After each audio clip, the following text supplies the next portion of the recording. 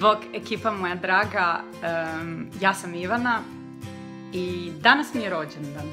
I došlo mi je neki dan da vam snimim ovaj video baš na ovaj dan koji je za mene poseban, da vam to snimim u ovoj za mene posebnoj energiji. A sve mi je to došlo u meditaciji. Znate da ja do tih stvari držim i baš zato, evo me, pred kamerom danas i slušaj što sam smislila. Kažu da ne možeš čovjeku kojem je rođendan odbiti želju. Pa evo što sam smislila. Razmišljala sam o tome kako sam i počela snimati ove videe zato što mislim da smo svi zapravo na ovaj svijet došli zato da ga učinimo boljim, da ga ostavimo ljepšim iza sebe. I zato sam vam tu svaku srijedu, zato se trudim poticati vas da živite bolje, ljepše i radosnije.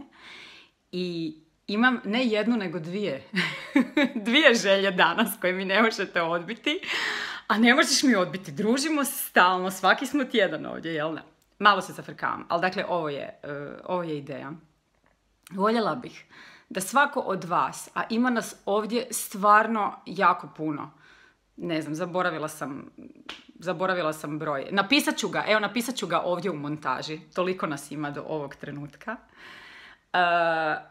Svako od vas ko se osjeti pozvanim da ovo napravi, voljela bih da razmisli, sad ću preći na ti, razmisli ko u tvojoj okolini, prijatelji, rodbina, uska obitelj ili nešto šira obitelj, tko možda treba neko tvoje dobro djelo. Tko možda treba da mu napraviš nešto lijepo u idućim danima. Koliko god to bilo maleno ili koliko god to bilo nevjerojatno veliko, razmisli o tome kome to možeš napraviti, kome to želiš napraviti, ko ti je prvi pao na pamet sad dok ovo pričam. I ono što te molim, da upravo tom čovjeku napraviš to što ti je sada palo na pamet. Da napraviš to nešto lijepo. Da mu daš to nešto malo i lijepo od sebe. A druga moja želja je ako taj čovjek kojem si to lijepo napravio se osjeti dovoljno lijepo, dakle ako osjetiš priliku da tom čovjeku kažeš da i on onda potaknut tim tvojim dobrim dijelom napravi nešto lijepo također za nekog drugoga, onda te molim da i to napraviš. Jel zamisli što bi doista bilo da svi vi koliko vas ima ovdje sad i svi vi koji se osjećate doista pozvanima da napravite nešto lijepo za nekog drugog, doista to napravite.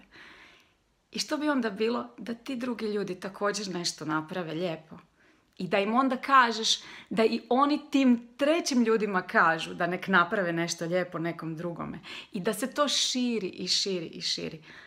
Bože dragi, kakav bi to bio krasan svijet. To ne bi bio samo lijep mjesec srpanj, to bi se širilo i nadalje.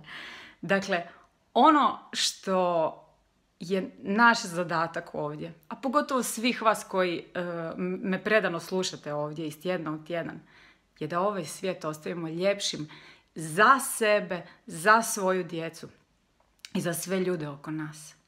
I doista mislim da kad u sebi osjetiš poriv dobrote i kad ga počneš širiti dalje oko sebe, da sve ono nešto drugo što dolazi do tebe može biti stvarno samo i isključivo prekrasno.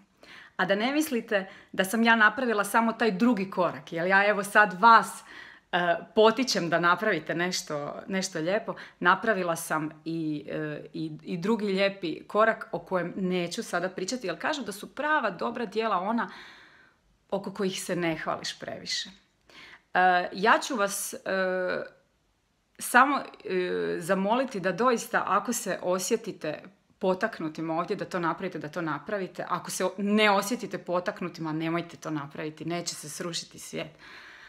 Ali ja nekako znam da ćete dobrotu širiti dalje oko sebe.